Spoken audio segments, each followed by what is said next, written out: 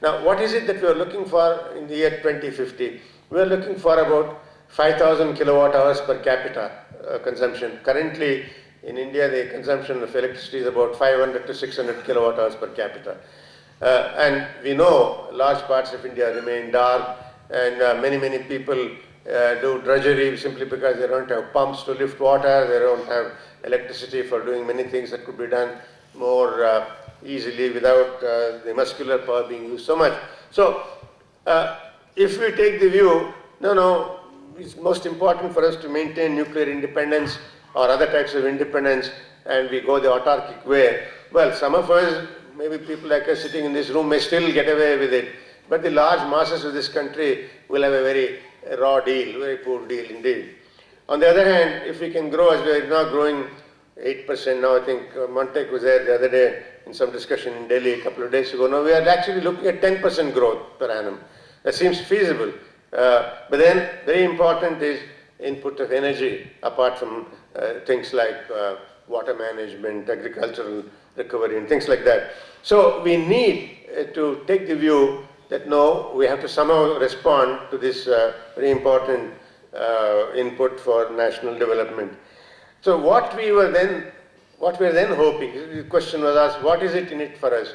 If this agreement were to go through, what we would like to be able to do is to import some amount of enriched uranium reactors.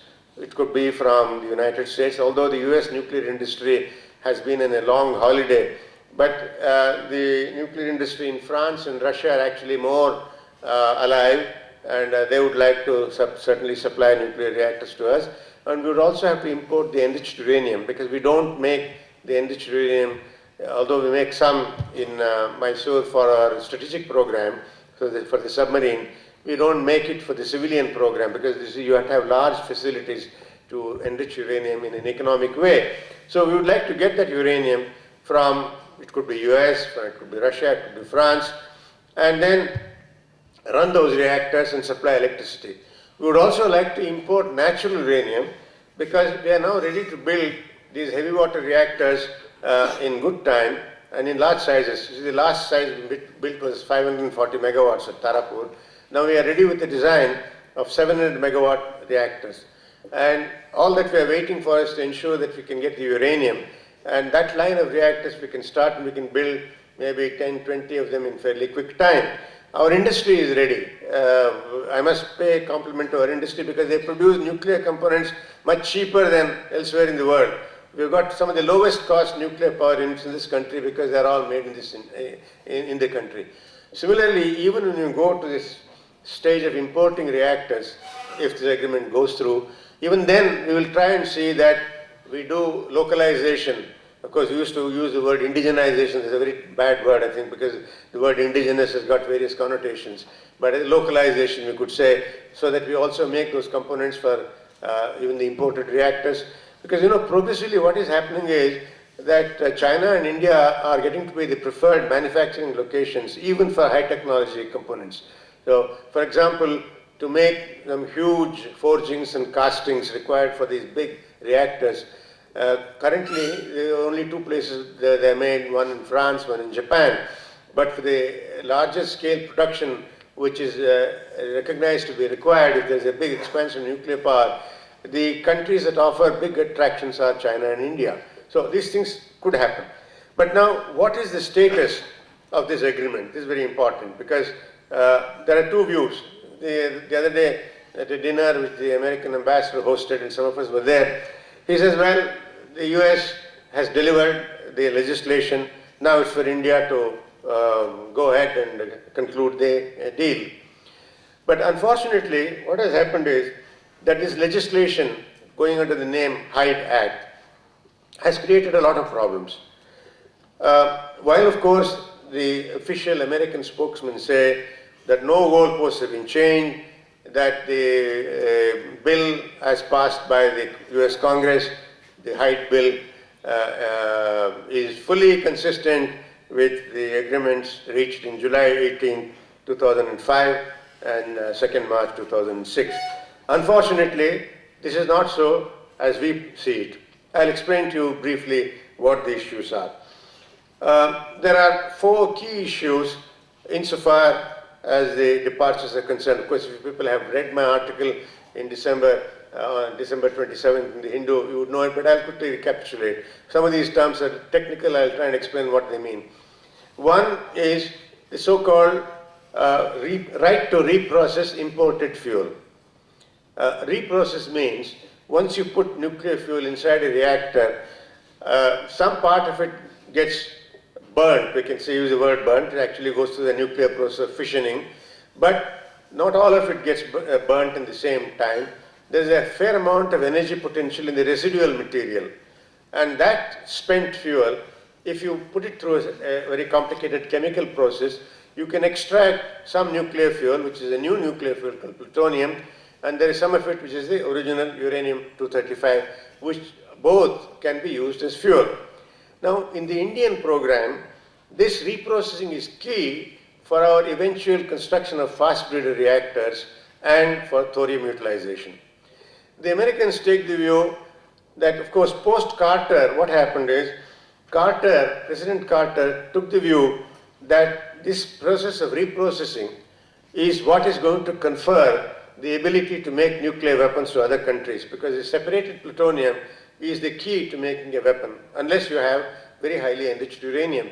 And so, as a very moralistic person, he said, even the US will not reprocess spent fuel, and therefore we can then have a situation where you can ask other people not to reprocess. Even at that time, many of the other countries like France, Russia, Germany, India, we all disagreed. We said, no, if we are going to only use uranium on what is called as a once-through basis, that is, you use a certain amount of uranium fuel through a reactor and leave it as waste, that a very large amount of energy is lost, and that the contribution of nuclear energy will not be large, and therefore we said reprocessing is key to the large-scale energy availability through nuclear energy. Now, the Americans say, no, you leave this issue alone for the future. Why do you raise it now? These are some of the friends of India amongst the Americans. They say, oh no, don't raise this issue and muddy the waters. The next question is on assurance of fuel supply. If we import reactors which use enriched uranium, we want to be sure that those reactors will receive the enriched uranium fuel for the entire lifetime. Now, we had put such an agreement, such a clause in the Tarapur agreement, but unfortunately what happened is the US said after 1978 that because of their domestic laws, they were not able to fulfill their international obligations. Now, this is an international agreement reached between two countries is supposed to survive changes in domestic law. And so there is a big legal battle. But the Americans, because they are, even at that time, the superpower, they said, no, we can't do that. Of course, fortunately, later they encouraged the French to find a way out. That's another matter. But we are saying that, look, we can't go and invest in these large nuclear power stations, which cost a lot of money, without an assurance that the fuel will be supplied over the lifetime. So this is another issue on which there is confusion. Then thirdly, India agreed to put its future civilian nuclear installations, that is reactors and associated facilities, under international safeguards, on the assumption that India would have access to full civilian nuclear technology. By full civilian nuclear technology, what we mean is we wanted to be able to have control on enrichment, on fuel making, on reprocessing, and also on heavy water production. The Americans say that no, we don't categorize these as civilian nuclear technologies because they have the elements in them which can encourage weapon development, and that therefore they say this doesn't come in the definition of civilian nuclear technology. But then we know that the American definition is not the definition used by other people. At least we certainly know that the French and the Russians take a different view, because in the case of reprocessing, in the agreement on Kudankulam reactors, which I negotiated, initially we had asked them to take back the spent fuel, that is the burnt fuel, but later it became an impractical proposition because it's very difficult to send this highly radioactive substance across seas and so forth.